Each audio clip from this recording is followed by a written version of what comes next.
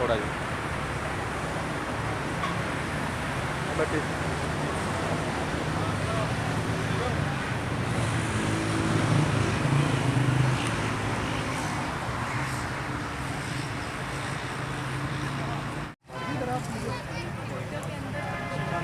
ज़्यादा हैरानी होती है तमाम सारे हुकूमत भी इन बीच में है इन लोगों के और फिर भी ये मसले बनते हैं। अभी रिसेंटली जो अपडेट आ रही है वो यही है कि जो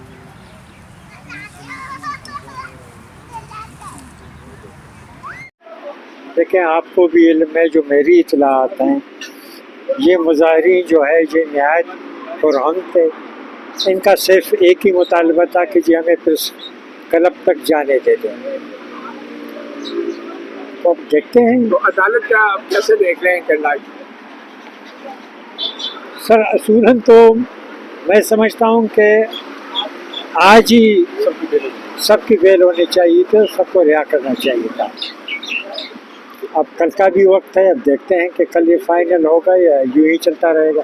सर जी वो कह रहे हैं खवातीन हमारे पास कोई नहीं है, जबकि बलोच जो है वो इल्ज़ाम लगा रहे हैं कि हमारी खवातीन लापता हैं। फिर किसके पास गई हैं खवातीन?